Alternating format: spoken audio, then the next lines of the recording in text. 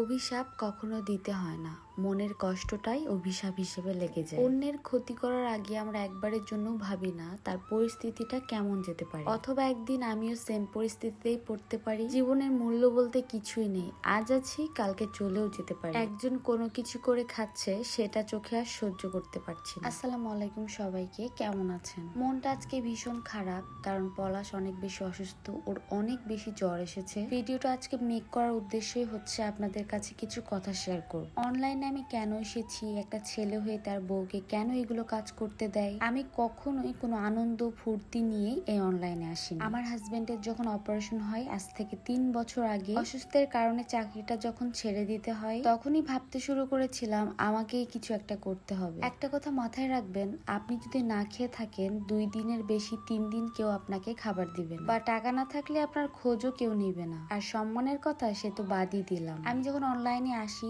তখন আমি কোনোভাবে কোনো কথা বলতে পারতাম না ঠিক মতো, ভিডিও এডিট করতে পারতাম না ঠিক মতো, কিন্তু মাথার মধ্যে একটাই চিন্তা ছিল, আমার হাজবেন্ড যেহেতু অপারেশন করার রোগী, তার ওজন ছিল 64 কেজি, দাঁড়িয়ে এসেছিল 33 কেজি। তবে আলহামদুলিল্লাহ আল্লাহর রহমতে এখন সে সুস্থই আছে। তবে কিন্তু এই সবগুলো ওষুধ ওকে প্রত্যেক দিন খেতে হয়। আমাদের খাদ্য নালীতে যে বড় নাড়িটা থাকে সেটারই অপারেশন হয়েছিল কোলন ডিজিজের, যার কারণে তাকে আজীবন কিছু ওষুধ ধরে খেয়ে যেতে হবে। দেখা যাচ্ছে চাকরি করলে 8-9 ঘন্টা বসে থাকতে হবে। তার শরীরের কন্ডিশন অনুযায়ী তার পক্ষে সেটা সম্ভব ছিল না তখন। আমিও বা যদি কোনো চাকরি করতাম, খুব অল্প বেতনেই কিন্তু চাকরি হতো, কিন্তু তার দেখাশোনা চাকরি কম টাকাতে কিছুই হতো না। সব দিক চিন্তা ভাবনা করেই আমি এই অনলাইনে এসেছিলাম। এখান থেকে যদি কিছু টাকা অর্জন করতে পারি, তাহলে আমি সংসারের পাশাপাশি তারও টেক কেয়ার করতে পারবো। আস্তে আস্তে যখন হালকা কিছু ইনকাম শুরু হলো, সেই ছোট্ট থাকতেই লেগে গেল ক্ষতি করা। অযথায় পেজে ফেক স্ট্রাইক দেওয়া, কপিরাইট মারা। কি ক্ষতি করেছি আমি যে আপনারা ফেক স্ট্রাইক কপিরাইট মারেন? অনেকের মতো আমি আনন্দে শখে শখে কিন্তু এই অনলাইনে আসিনি। পরিবার, একটা অসুস্থ হাজবেন্ড, সবকিছু চিন্তা ভাবনা করেই আমাকে এই লাইফে আসতে হয়েছে। আমার জায়গায় যদি আপনি একবার আসেন,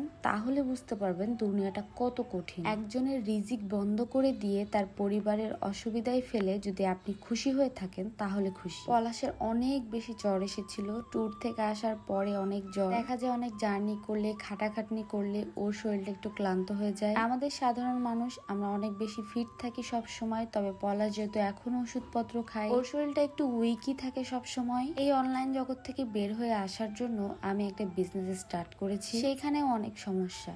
অনেকে আমাকে হেল্প করা বাদে অনেকে অনেক কথা শুনিয়েছে, হাতে ধরে রাস্তা পার করা বাদে হাত ছেড়ে দিয়ে অপমান করেছে। আমার পরিস্থিতিটা কেউ বোঝার কখনোই চেষ্টা করেনি। আমার বাবা মারা যাওয়ার পরে আমি আমার বাবার বাসাতে 2 টাকার জন্য এখন পর্যন্ত যাইনি। পলাশের এখন পর্যন্ত আমি ডক্টর দেখিয়ে যাই, তার ওষুধ চলে, সেইগুলোর খরচ, তার মা বাবাকে দেখা, আমার যেহেতু বাবা নাই মাকে টুকটাক হেল্প করা, আমার ছোট ননদটা পড়াশোনা করে তারও দেখাশোনা করা, সবকিছু মিলিয়ে আমার মাথার উপর যে চাপটা থাকে। আর যখনই আমার পেজে কোনো সমস্যা হয় বা ইনকাম বন্ধ হয়ে যায়, তখন আর মুখ দিয়ে অভিশাপ দিতে হয় না, যে কাজ করেছে তার এমনিতে অভিশাপ লেগে যাবে। সবার ব্যাপার আর আমার ব্যাপারটা পুরোপুরি আলাদা।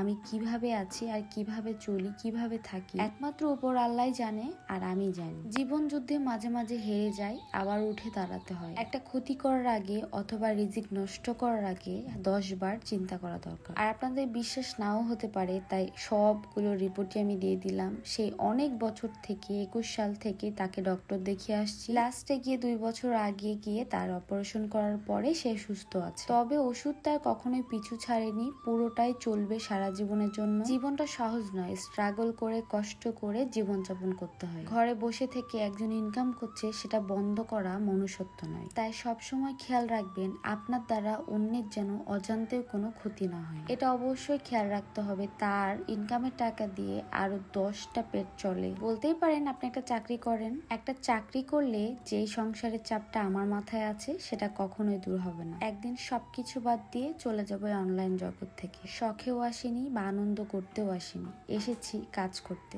ভালো থাকবেন, আল্লাহ হাফেজ।